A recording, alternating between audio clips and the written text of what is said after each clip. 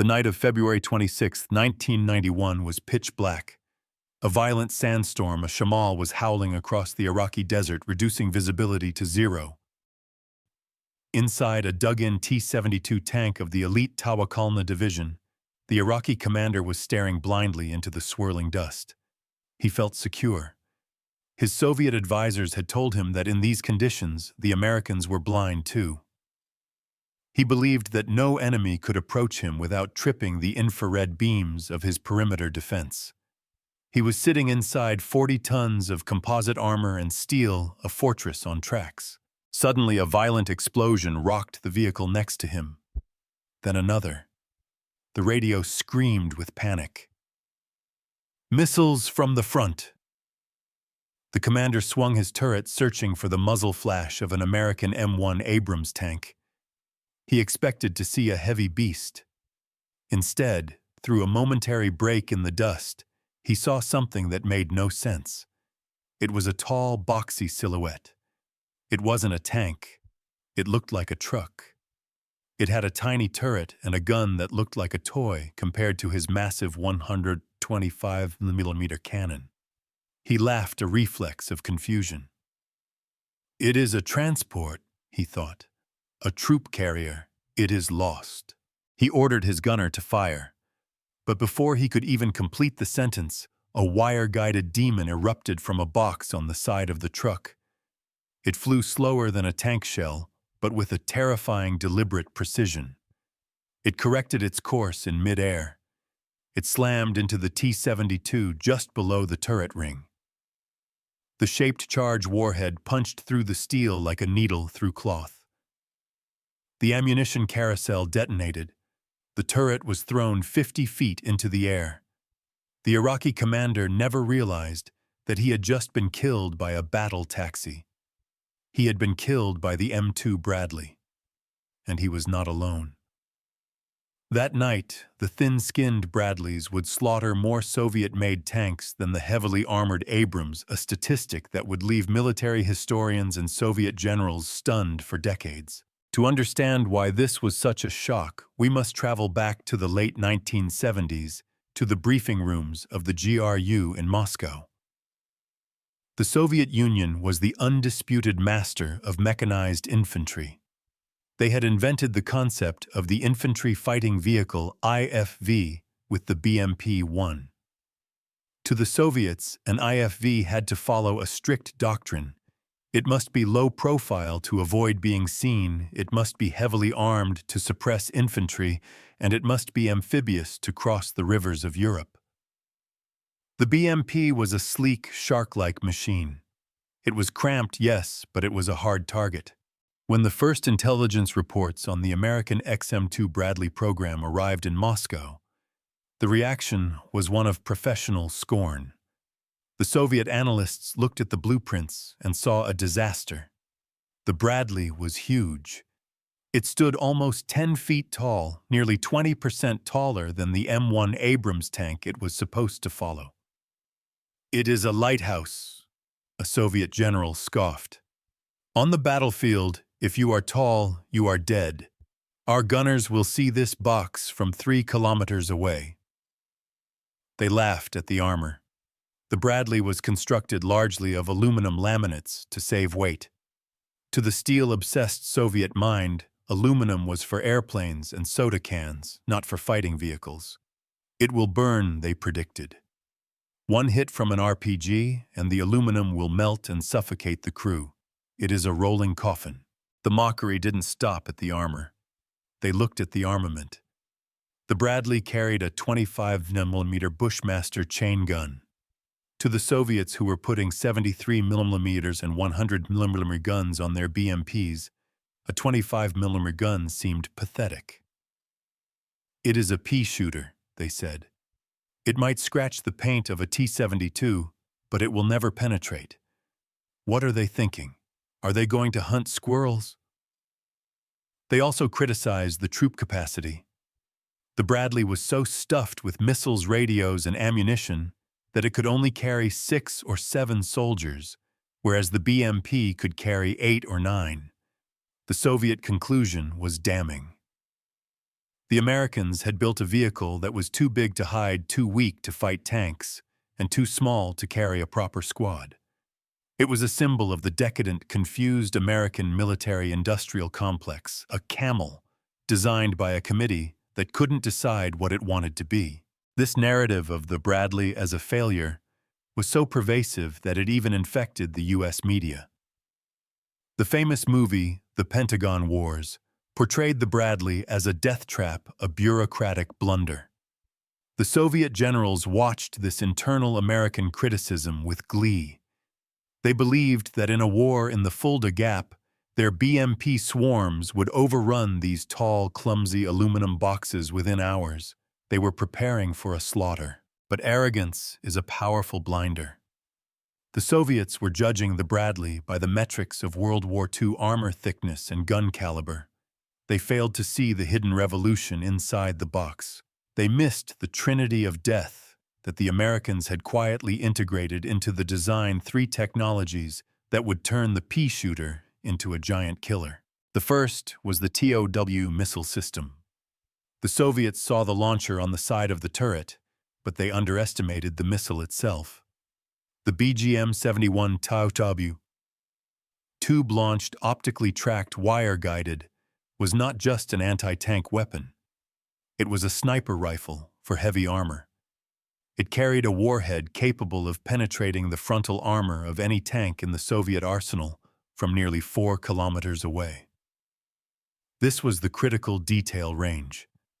The Bradley could kill a T-72 from a distance, where the T-72's main gun was inaccurate.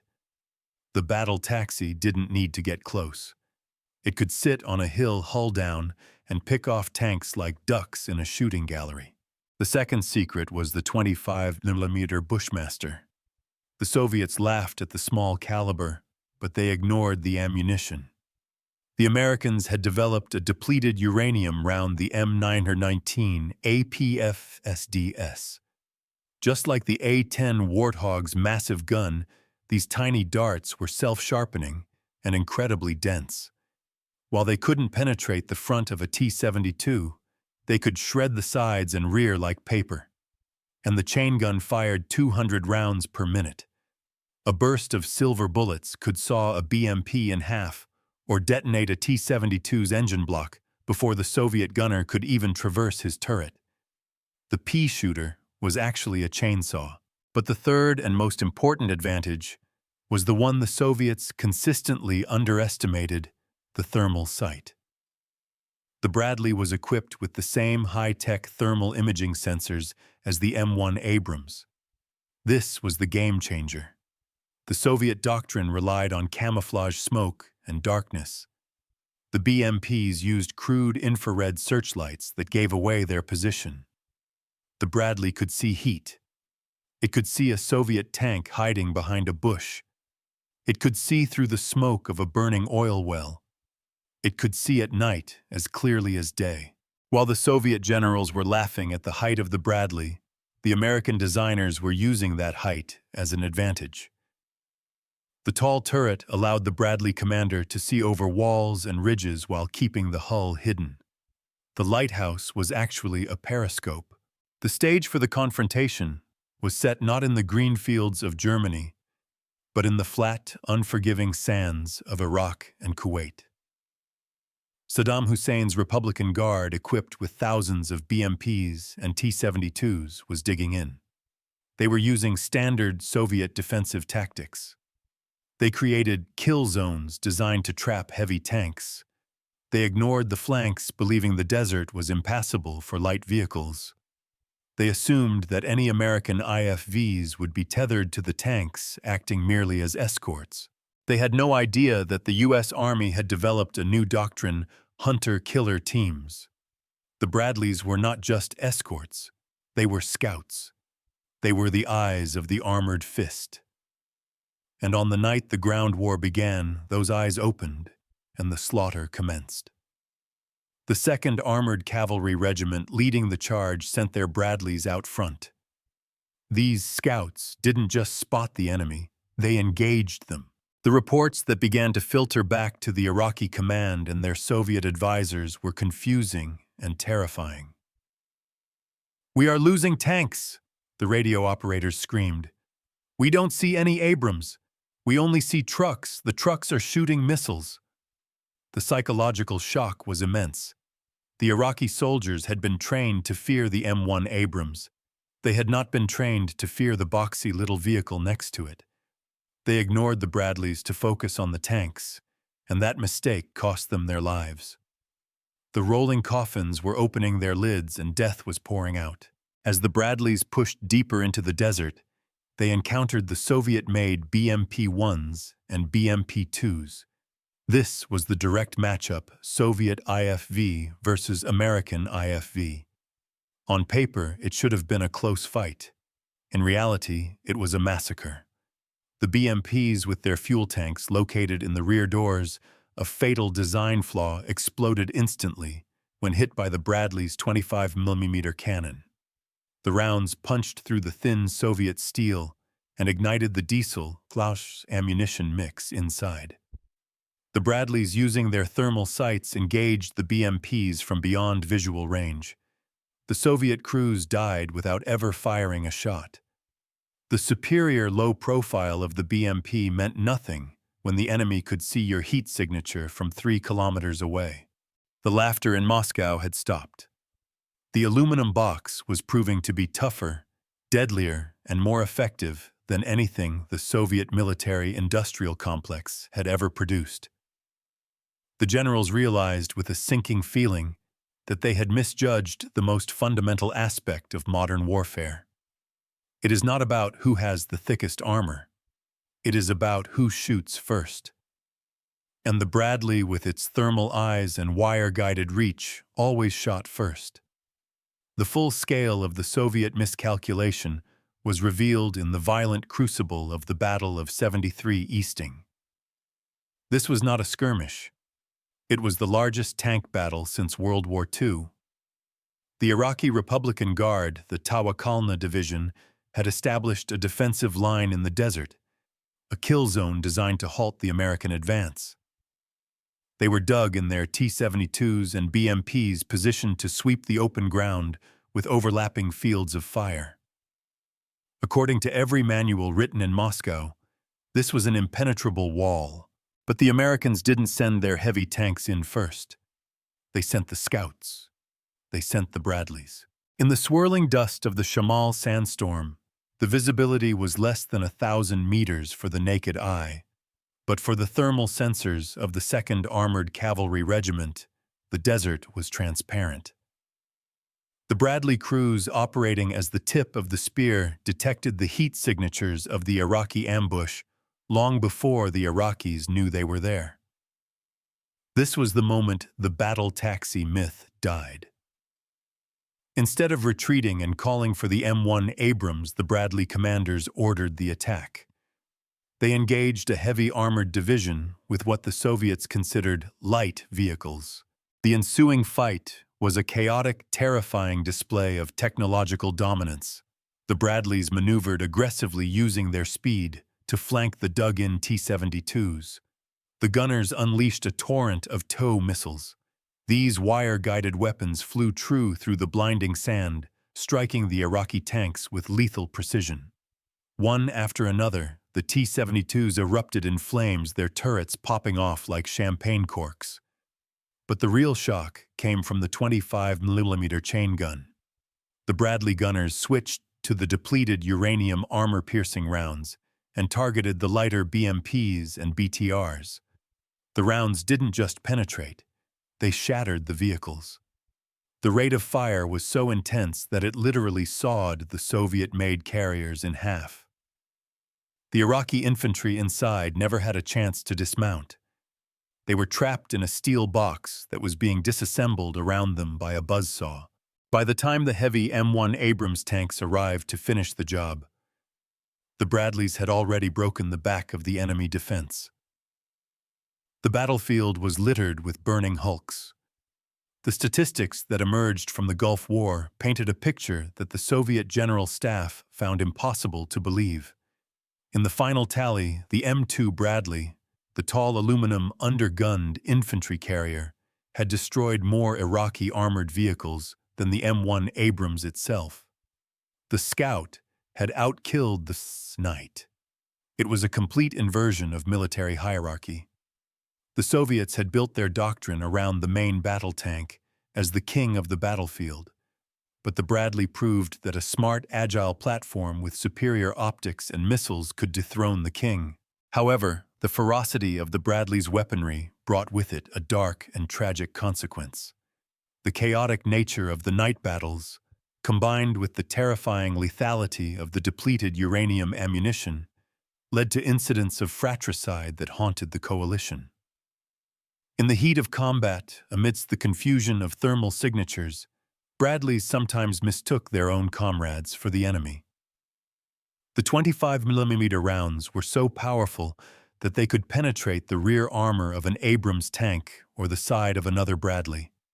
The friendly fire incidents served as a grim testament to the vehicle's power. It was a weapon that forgave no mistakes. If you were in its sights, friend or foe, you were destroyed. This reality forced a sobering reevaluation of combat identification, but it also underscored the terrifying effectiveness of the system. The rolling coffin had become the most dangerous thing in the desert. The psychological impact on the Iraqi survivors and their Soviet observers was profound. They had prepared to fight tanks. They knew how to fight tanks, but they didn't know how to fight a swarm of fast-moving missile-firing boxes that could see in the dark.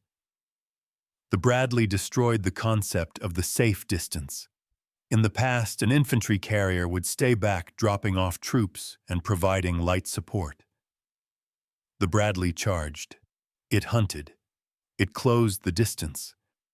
It terrified the enemy infantry, not just with its gun, but with its aggression. The Soviet advisors realized that their entire philosophy of mechanized infantry, the doctrine of the low-profile expendable BMP, was obsolete. The BMP was a transport that could fight a little. The Bradley was a fighter that could transport a little. That distinction made all the difference in the world. As the war ended and the smoke cleared over the highway of death, the U.S. Army faced a strange dilemma. They had spent years defending the Bradley against critics in Congress and the media who called it a disaster. Now they had to explain why their disaster was the MVP of the ground war. The generals who had once doubted the program were now demanding more of them. The soldiers who had jokingly called it a death trap now refused to go into patrol without one. The Bradley had earned its stripes in the most undeniable way possible by stacking the burning wrecks of Soviet armor as high as a mountain. The victory in the Gulf War should have silenced the critics forever, but the Bradley faced a new enemy in the decades that followed the passage of time. As the Cold War faded into memory and the United States engaged in counterinsurgency wars in Iraq and Afghanistan, the need for a heavy tank killer seemed to diminish. The Pentagon, always looking for the next leap in technology, began to search for a replacement. They wanted something lighter, faster, more deployable. They spent billions on the Future Combat Systems program, trying to invent a vehicle that relied on electronic shields rather than physical armor. But physics is a stubborn adversary. The lightweight replacements proved too fragile for the brutal reality of urban combat, where improvised explosive devices, IEDs buried in the road, could flip a 20-ton vehicle like a toy. So the Army returned to the old warhorse. They didn't retire the Bradley. They evolved it. They stripped it down and rebuilt it with the hard-won lessons of the desert. They added reactive armor tiles to the hull to stop rocket-propelled grenades. They upgraded the thermal sights from the grainy green of 1991 to crystal-clear high-definition digital displays that could spot a rifle barrel in a window from a mile away. They digitized the communications, turning the Bradley into a mobile server room that could share target data with drones, jets, and artillery instantly. The Operation Desert Storm ODS variant became the ODS-SA situational awareness, a machine that was externally identical to the 1980s design, but internally a generation ahead. It was a testament to the robustness of the original engineering. The camel had become a cyborg. But the true test of the Bradley's enduring lethality, the confrontation that would serve as the final, undeniable rebuttal to the Soviet philosophy, did not happen in an American war. It happened in the mud and snow of Eastern Europe 30 years after the Soviet Union collapsed. When the United States announced in 2023 that it would send M2 Bradleys to Ukraine to fight the Russian invasion, the reaction from Moscow was familiar. The Russian propaganda machine, echoing the generals of 1980, dismissed the aid. They called the Bradleys old iron. They boasted that their modern tanks, the T-72B3, the T-80BVM, and the dreaded T-90M Prorivy, were superior in every way. The T-90M was the monster under the bed. It had advanced reactive armor, active protection systems, and a gun capable of firing guided missiles. It was the pinnacle of Russian armored design. On paper, a fight between a 1980s American IFV and a 2020s Russian main battle tank should have been a slaughter. The Bradley shouldn't have stood a chance. History, however, has a dark sense of humor. In January 2024, near the village of Stepov, the world witnessed the impossible. A drone hovering overhead captured a duel that would become legendary. A single Russian T-90M, the pride of Putin's army, rolled out of a tree line to attack Ukrainian positions. It was met not by a tank, but by two M2 Bradleys. The encounter was a masterclass in the David versus Goliath dynamic that the Bradley excels at. The Ukrainian crews knew they couldn't penetrate the T-90's frontal armor with their 25mm guns. A direct hit from the tank's 125mm cannon would vaporize them. But they also knew the Bradley's secret speed and rate of fire. The Bradleys didn't run. They charged. They closed the distance, maneuvering aggressively to the flanks. And then they unleashed the chain guns. The 25mm Bushmaster rounds hammered the Russian tank. They didn't penetrate the main hull, but they didn't need to. The relentless barrage of high-explosive and armor-piercing shells stripped the tank naked. They shattered the optical sensors that the Russian gunner used to aim. They detonated the reactive armor bricks on the turret. They shredded the radio antennas. Inside the T-90, the Russian crew was deafened by the continuous impact, blinded by the destruction of their sights, and panicked by the sheer violence of the assault. The drone footage showed the T-90's turret beginning to spin uncontrollably. The electronic traverse mechanism had been damaged by the 25mm fire. The invincible tank was reduced to a blind, spinning, helpless hulk in the middle of a snowy field. It crashed into a tree. The crew, terrified and defeated by a battle taxi, bailed out and ran. The Bradley had effectively knocked out a tank 3 times its weight without firing a single missile. It proved that in modern war, mission kill, destroying the enemy's ability to fight, is just as effective as a catastrophic kill. The Russian generals who had mocked the Bradley's pea shooter watched as their finest tank was disassembled by it piece by piece. This engagement at Stepov was not an anomaly. It was a validation of a philosophy. The Soviet-Russian School of Design prioritized the hard stats, armor thickness, gun caliber, top speed. The American school, embodied by the Bradley, prioritized the soft stats, situational awareness, optics, fire control, and crew survivability. The T-90 was a blind giant. The Bradley was a sharp-eyed boxer. The giant had a bigger punch, but he couldn't hit what he couldn't see, and he couldn't fight while he was being punched in the face 200 times a minute. The legacy of the M2 Bradley is now secure. It has destroyed more Soviet and Russian armor than any other vehicle in history. It has survived political scandals, budget cuts, and the skepticism of its own creators. It has fought in the deserts of the Middle East and the forests of Europe, and in every single instance it has punched above its weight class. It taught the world that the distinction between a transport and a tank killer is merely a matter of ammunition and courage. As we look to the future, the U.S. Army is finally moving forward with a replacement, the XM-30 Mechanized Infantry Combat Vehicle. It will be sleeker, hybrid electric, and armed with lasers, but it will stand on the shoulders of the Bradley. It will inherit the doctrine that the rolling coffin proved with blood and oil that an infantry fighting vehicle is not just a bus, it is a predator. So, the laughter in the halls of the Kremlin has long since died out, replaced by a grim respect for the boxy aluminum silhouette. The Soviet generals of the 1980s are gone, but their mistake lives on.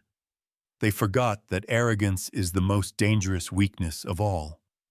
They looked at the Bradley and saw a target. They should have seen a warning that in the American way of war, even the taxi drivers are armed, dangerous, and hunting for giants. The desert wind has covered the tracks of 1991, and the snows of Ukraine will eventually melt. But the legend of the Bradley remains written in the rusting hulks of the T-72s and T-90s that dared to challenge it. It is the ugly duckling that grew up to be a dragon slayer. And for the enemies of the West, the sight of that tall, awkward turret peering over a ridgeline remains the most terrifying sight on the battlefield.